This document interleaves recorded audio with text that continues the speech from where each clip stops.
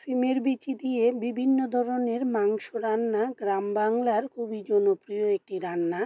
আর এই রান্নাটা এতটাই সুস্বাদু যে একবার খেলে বারবার খেতে ইচ্ছে করে। যে কোনো ধরনের মাংস দিয়েই তৈরি করা যায়।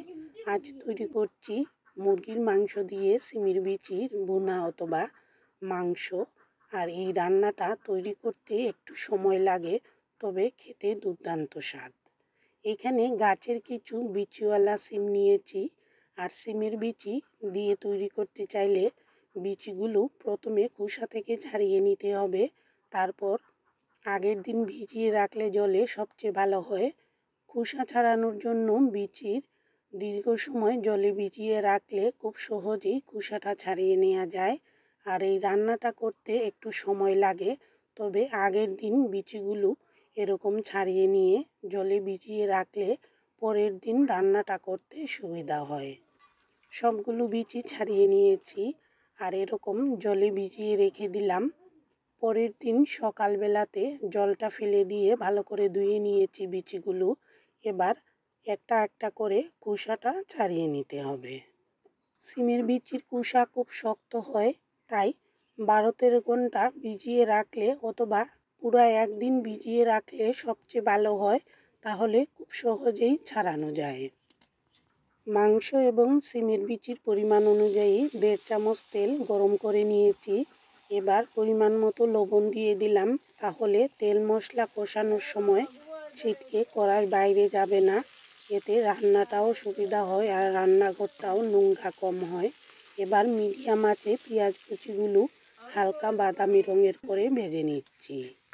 পেঁয়াজ ভাজা হয়ে আসলে এবার একে একে রসুন এবং পেঁয়াজ বাটা দিয়ে আবারও একটু নেড়ে চেড়ে নেব। পেঁয়াজ রসুনের কাঁচা গন্ধ যাতে না থাকে, তাই 2 মিনিটের মতো এরকম কষিয়ে নিচ্ছি। এতে রান্নাটাও স্বাদ হবে আর পেঁয়াজ রসুনের কাঁচা গন্ধটাও দূর হয়ে যাবে। মিডিয়াম আঁচে এভাবে নেড়ে চেড়ে দিয়ে বারবার পেঁয়াজের রঙটা হালকা সোনালি হয়ে এসেছে। এবার একে একে টমেটো কুচি, পরিমাণ মতো হলুদ এবং বাটা মশলার মধ্যে জিরা এবং শুকনো মরিচ বাটা দিয়ে দিলাম। আর সেই সাথে ধুয়ে ছোটো ছোটো টুকরা করা মাংসগুলো দিয়ে ভালো করে কষিয়ে নেব।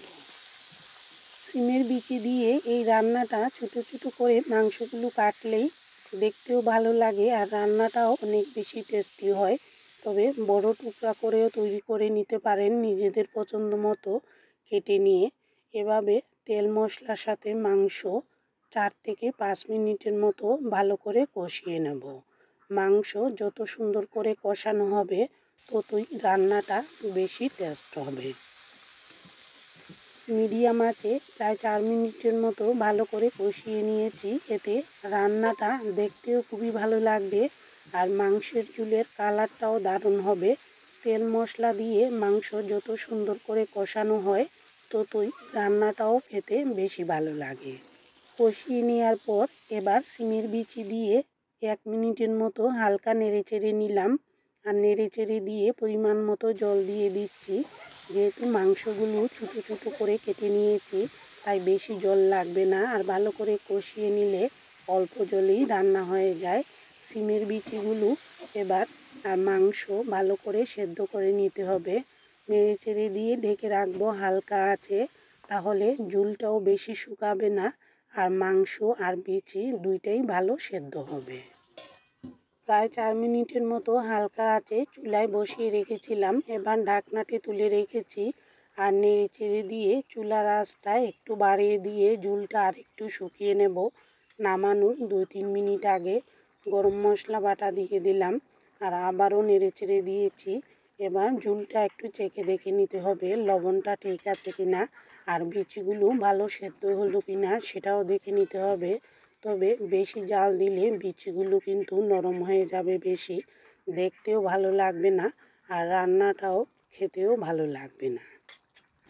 হালকা আঁচে এভাবে আরও 2-3 মিনিট চুলায় রেখে দেওয়ায় ঝোলটা অনেকটাই গাঢ় হয়ে এসেছে আর সামান্য মাখা মাখা ভাব চলে আসলে নামিয়ে নিতে হবে।